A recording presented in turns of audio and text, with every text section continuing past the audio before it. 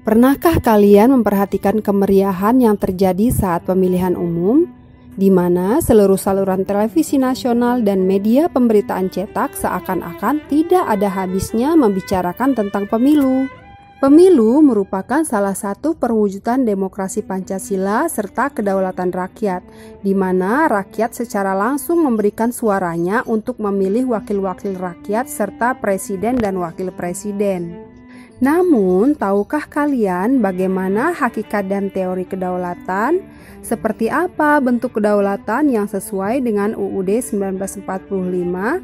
Jawaban dari pertanyaan-pertanyaan itu akan kita bahas dalam video kali ini.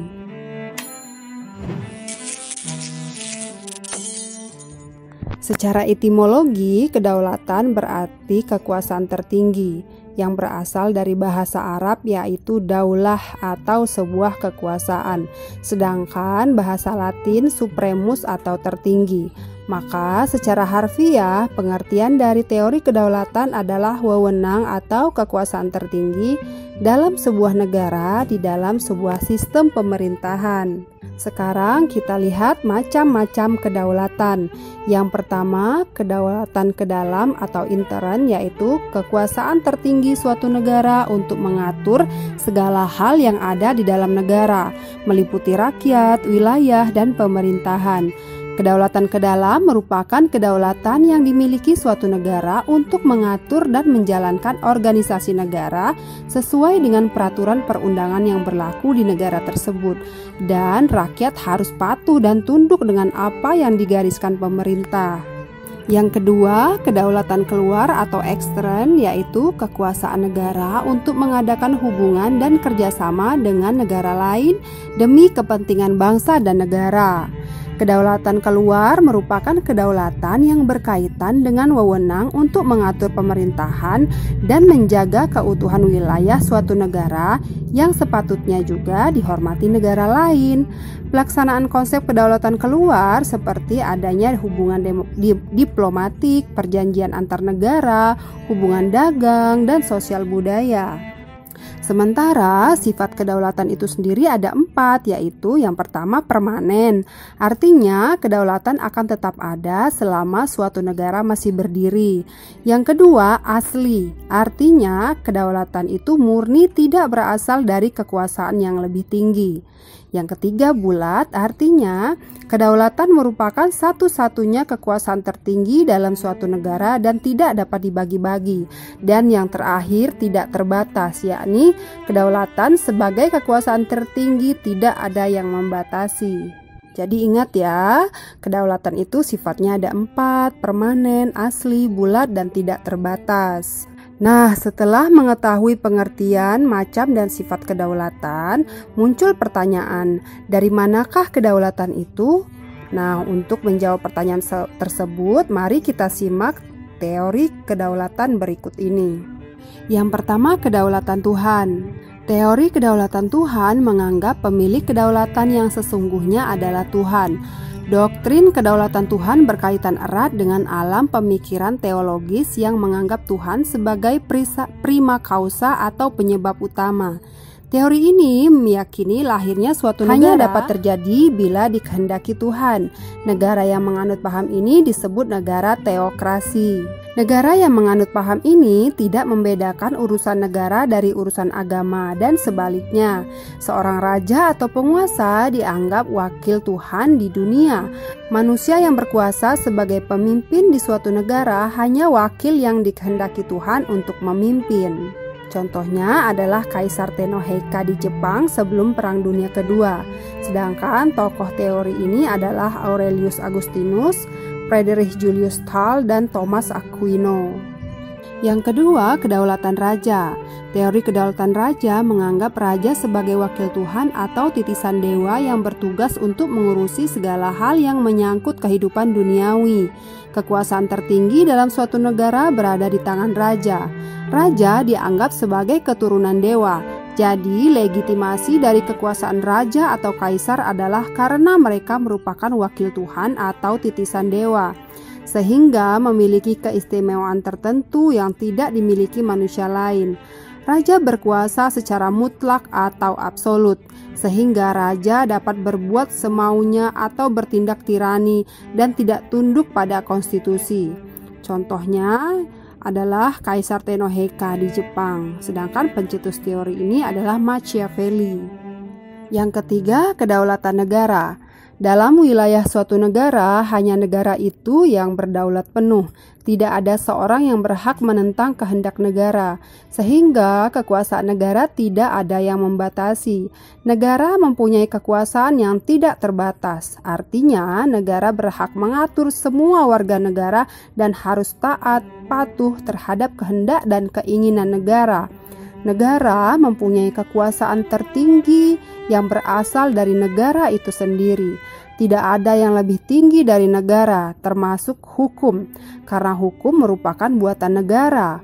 Hukum dibuat untuk kepentingan negara dan negara tidak dibatasi oleh hukum.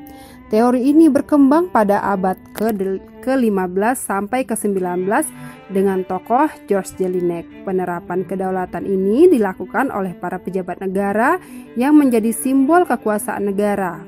Contohnya adalah Jerman pada masa Hitler dan Italia pada masa Mussolini. Yang keempat, kedaulatan rakyat. Menurut teori ini, kekuasaan tertinggi ada di tangan rakyat.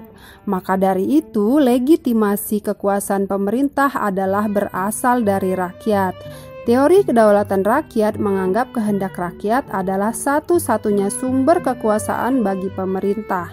Rakyat memberikan kekuasaan pada para wakil rakyat yang menduduki lembaga legislatif maupun eksekutif untuk melaksanakan keinginan rakyat, melindungi hak-hak rakyat, serta memerintah berdasarkan hati nurani rakyat. Rakyat berhak mengganti pemerintah yang dipilih dan diangkatnya bila pemerintah tersebut tidak melaksanakan kehendak rakyat. Praktik teori kedaulatan rakyat banyak dianut dan dijalankan oleh negara-negara demokrasi modern, termasuk Indonesia. Tokoh teori kedaulatan rakyat adalah J.J. Rousseau dengan teori kontrak sosial, John Locke dengan teori perjanjian masyarakat, dan Montesquieu dengan teori trias politika. Dan yang terakhir, kedaulatan hukum. Kedaulatan hukum adalah kedaulatan yang berasal dari hukum yang berlaku di suatu negara. Hukum yaitu pernyataan yang timbul dari kesadaran manusia, dan hukum merupakan sumber kedaulatan. Hukum merupakan kekuasaan yang derajatnya lebih tinggi, maka negara, pemerintah, pengadilan, dan rakyat seluruhnya harus tunduk pada hukum. Hukum di atas segala-galanya. Hukum dipandang sebagai sumber dari segala sumber kekuasaan dalam negara. Negara hanya sebagai organisasi sosial yang tunduk pada hukum, dan pelanggar hukum harus dikenakan sanksi tanpa kecuali. Tokoh teori kedaulatan hukum adalah Hugo Crabb, Immanuel Kant, dan Leon Duguid. Sedangkan negara yang menganut teori ini contohnya Inggris, Malaysia, dan Amerika Serikat. Nah, sekarang ada pertanyaan, bagaimana dengan kedaulatan yang berlaku di Indonesia? Teori apakah yang berlaku di Indonesia sendiri? Nah, tadi sudah dijelaskan ada 4 teori. Nah, Indonesia sendiri adalah negara yang menganut kedaulatan rakyat. Ini bisa dilihat dalam Pancasila kerakyatan yang dipimpin oleh hikmah kebijaksanaan dalam permusyawaratan perwakilan. Juga dalam pembukaan UUD 1945 alinea keempat. Sementara kerakyatan artinya semua hal yang menyangkut kehidupan negara merupakan berasal dari rakyat sehingga dilaksanakan oleh rakyat dan untuk kepentingan seluruh rakyat Indonesia. Pelaksanaannya sendiri dalam bentuk perwakilan atau lembaga negara yang dipilih rakyat melalui pemilu. Dalam perwujudan kedaulatan rakyat, kekuasaan penyelenggara negara berdasarkan UUD 1945 dibagi menjadi 4 kekuasaan, yakni kekuasaan legislatif yaitu DPR dan Presiden, eksekutif yaitu Presiden, yudikatif yaitu Mahkamah Agung dan Mahkamah Konstitusi, dan eksaminatif yaitu Badan Pemeriksa Keuangan atau BPK. Selain kedaulatan rakyat, Indonesia juga merupakan negara yang berkedaulatan hukum. Dalam pembukaan UUD 1945 alinea keempat disebutkan, yakni maka disusunlah kemerdekaan kebangsaan Indonesia itu dalam suatu undang-undang dasar negara Republik Indonesia yang berkedaulatan rakyat, dan seterusnya. Dan dalam pasal 1 ayat 2 yang berbunyi kedaulatan berada di tangan rakyat dan dilaksanakan menurut Undang-Undang Dasar. Dan pasal 3 yang berbunyi negara Indonesia adalah negara hukum. Berdasarkan ketentuan itu sangat jelas bahwa kedaulatan negara Indonesia juga merupakan kedaulatan hukum. Kedaulatan rakyat dilaksanakan menurut hukum yang berlaku. Sekarang kita akan membahas tentang apa saja sih prinsip-prinsip kedaulatan berdasarkan UUD 1945. Mari simak dan cermati penjelasannya. Yang pertama, ketuhanan yang Maha Esa. Ini ada di pasal 29 ayat 1, negara berdasar atas ketuhanan yang Maha Esa. Yang kedua, negara kesatuan. Hal ini dijelaskan di pasal 1 ayat 1, yaitu negara Indonesia adalah negara kesatuan yang berbentuk republik. Dan yang ketiga, kedaulatan rakyat dan demokrasi. Dijelaskan di pasal 1 ayat 2, yakni kedaulatan berada di tangan rakyat dan dilaksanakan menurut undang-undang. Yang keempat, negara hukum.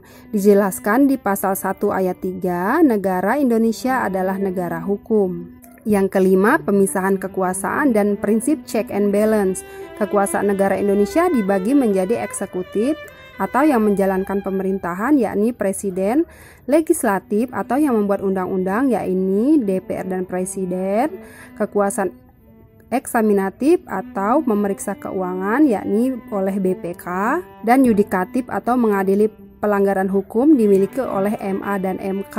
Itu terdapat lembaga yang mewakili daerah, yakni DPD. Yang keenam, sistem pemerintahan presidensil. Dijelaskan dalam pasal 17 ayat 2, menteri-menteri itu diangkat dan diberhentikan oleh presiden.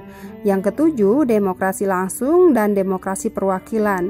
Dijelaskan dalam pasal 3 ayat 3, MPR hanya dapat memberhentikan presiden dan atau wakil presiden dalam masa jabatannya menurut Undang-Undang Dasar. Dan yang kedelapan, demokrasi ekonomi dan ekonomi pasar sosial. Kehidupan ekonomi untuk kesejahteraan seluruh rakyat Indonesia. Sumber daya ekonomi tidak boleh dimonopoli oleh kelompok tertentu, tapi dikelola berdasarkan demokrasi ekonomi dan ekonomi pasar. Dan yang kesembilan, cita masyarakat madani. Seluruh rakyat mempunyai hak dan kewajiban yang sama sehingga terwujud masyarakat madani, yakni masyarakat yang memiliki harkat dan martabat serta saling menghargai meskipun berbeda-beda. Demikianlah penjelasan hakikat dan teori kedaulatan, bentuk kedaulatan yang sesuai dengan Undang-Undang Dasar Negara Republik Indonesia 1945 serta prinsip-prinsip kedaulatan berdasarkan UUD 1945. Di video berikutnya akan dijelaskan tentang lembaga negara pelaksana kedaulatan rakyat menurut UUD 1945. Saya Fitriani, terima kasih.